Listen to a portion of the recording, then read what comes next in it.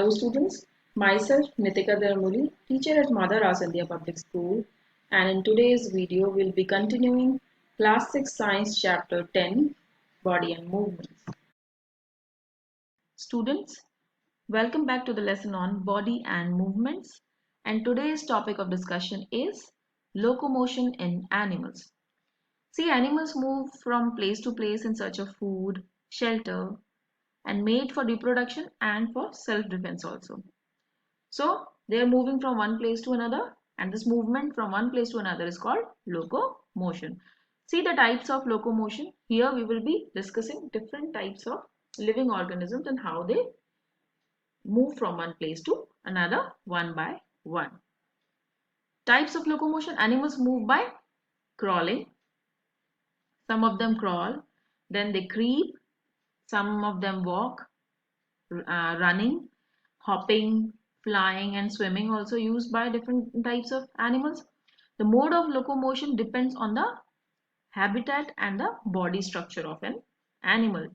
Now let us study locomotion in some animals which we see in the surroundings. First of all, see locomotion in earthworms. Keep looking at this picture also.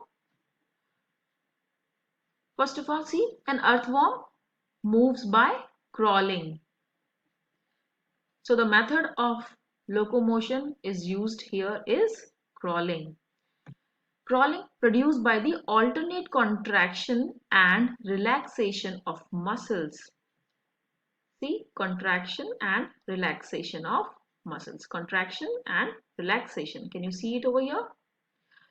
So the alternate contraction and relaxation of muscles of its body wall, and because of this alternate contraction and relaxation, an earthworm can move by crawling. The contraction of muscles makes the body short. Here the body becomes short.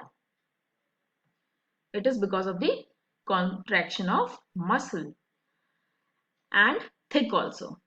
Whereas relaxation of these muscles makes the body long and narrow. Here it is thick because it is contracted, and here it is long and narrow also.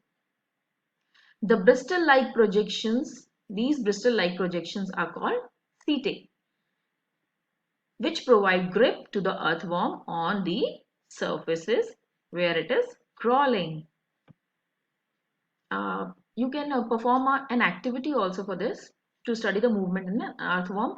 For this you will be requiring live earthworms, 2 earthworms, and a cardboard and a plain glass.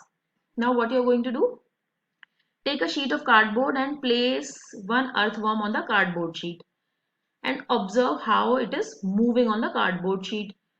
Now place another earthworm on the plain glass and notice the movement of earthworm on plain glass also, and compare the movements of both the earthworms. One is moving in cardboard sheet and the other earthworm is moving on a plain glass. So what you're going to observe that the movement of both the earthworms are not same. Why? Because the surfaces are different. One is cardboard and other one is glass surface. So the conclusion is the movement of earthworm on the cardboard is fast, because there it moves by anchoring its setae, while on the glass sheet it will slip. It moves slowly because instead of using setae for gripping, it will not be able to use its setae for gripping. It moves by adhering itself by secreting mucus from the body. That is why the speed is slow on glass. Clear? So this is all about locomotion in earthworm. Now see locomotion in snail. You must have seen snails. How snails move? The snails moves by creeping its body, isn't it? So here it is moving by creeping its body. The body of a snail is enclosed in a calcareous shell.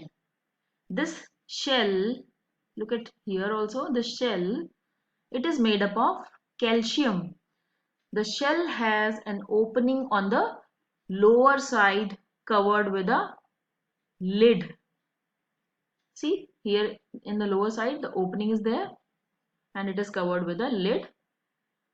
This lid is called operculum. This lid is called operculum. It has a muscular foot for creeping. See the muscular foot? This is muscular foot. Can you see it over here also? These muscular foots are there for creeping. Now see what happens during locomotion. The cell aperture opens and a large muscular foot and head of the snail come out. The muscular foot and the head comes out of this shell which is made up of calcium. The glands in the foot secretes a slippery substance. The foot is secreting slippery substance. The snail creeps slowly by the contraction of foot muscles accordingly. Once again, see the structure of snail. This is a shell, head and muscular foot.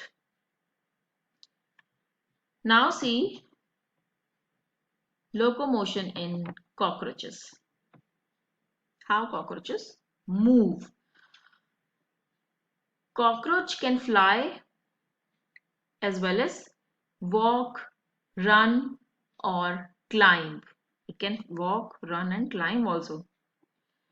Because it has 2 pairs of wings for the flying and 3 pairs of legs for walking and running. The ends of legs have claws and adhesive pads. See, claws over here,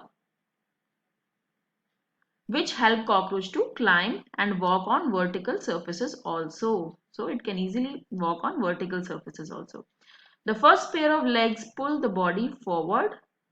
First pair of legs pulls the body forward and the third pair of legs pushes the body from behind. These third pair of legs pushes the body behind. The claws and adhesive pads help the cockroach to climb. The 2 pairs of wings attached to the thorax of a cockroach help in flying. The hind wings move up and down by the action of flight muscles attached to them. The forewings do not beat. They are held at right angle to the body. Now see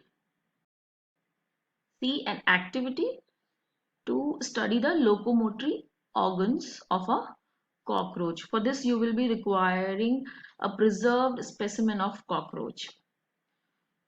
Now what you are going to do? You will study a cockroach and observe its legs and wings. Look at the first pair of wings, which is hard, narrow and thick also. And the second pair of wings is membranous and helps in flying. Now see the walking legs. They are in 3 pairs. Each leg has a pair of claws with pads for walking on vertical surfaces, on the walls or on the roofs. Now see locomotion in fish. Fishes are aquatic animals. They swim in water and produce wave-like movements with the help of fins and strong trunk muscles. The body of fish is streamlined. The boat-shaped body, streamlined body, which offers least resistance while swimming. The wave-like movements of the body push the fish forward. The pectoral and pelvic fins push up and down. These are the pectoral and pelvic fins. Can you see it? Pectoral fin and pelvic fin. They push up and down. They also help the fish turn or stop also. The side-to-side movements of tail, fin push the body forwards. These are tail fin. They push the body forwards. Tail helps in changing the direction of movement while swimming. The fish keep the balance of the body during swimming and also acts as a brake. The fins also acts as a brake to stop swimming also. During swimming, the front part of the body of fish curves to one side, whereas the tail curves to the opposite side. And this creates the jerk and pushes the body forward inside the water easily. Look at the structure. Dorsal fins, pelvic fins, pectoral fins, eyes, anal fin, tail and caudal fin. The structure varies in different types of fishes. Now see locomotion in snakes. Can you tell me how snakes move? Yes, snakes move by crawling. See in these pictures, they do not have legs. Snakes do not have legs. So how do they move? Their body is long and cylindrical. Can you see it in the image, in both the images? It is supported with a long and flexible backbone. Here I have used this picture. This is snake skeleton. The backbone is long and cylindrical. This is the backbone. Can you see it?